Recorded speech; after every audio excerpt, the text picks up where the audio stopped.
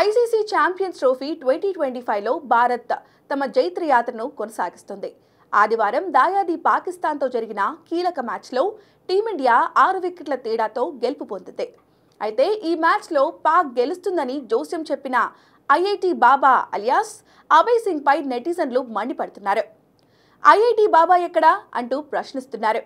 దాంతో ఎక్స్ వేదికగా #IITN బాబా hashtag trend అవుతుంది. విరాట్ కోహ్లీతో పాటు ఇతర స్టార్ బ్యాటర్లు ఉన్నా పాకిస్తాన్ చేతిలో భారత్ ఓడిపోతుందని శనివారం ఐఐటీ బాబా జోస్యం చెప్పాడు. భారత్ ఎలా గెలుస్తుందో చూద్దామని కూడా అన్నాడు. ఈ మ్యాచ్లో టీమిండియా విజయం సాధించడంతో అతనిపై నెటిజన్లు ఆగ్రహం వ్యక్తం చేస్తున్నారు. జుగుప్సకరమైన వాక్యాలతో విమర్శలు గుప్పిస్తున్నారు. ఇప్పుడు నీ జోస్యం ఏమైంది?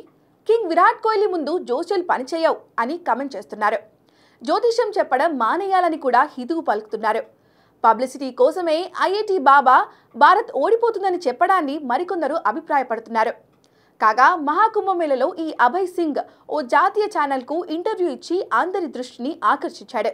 దాంతో అప్పటి నుంచే వైరల్ అవుతున్నాడు.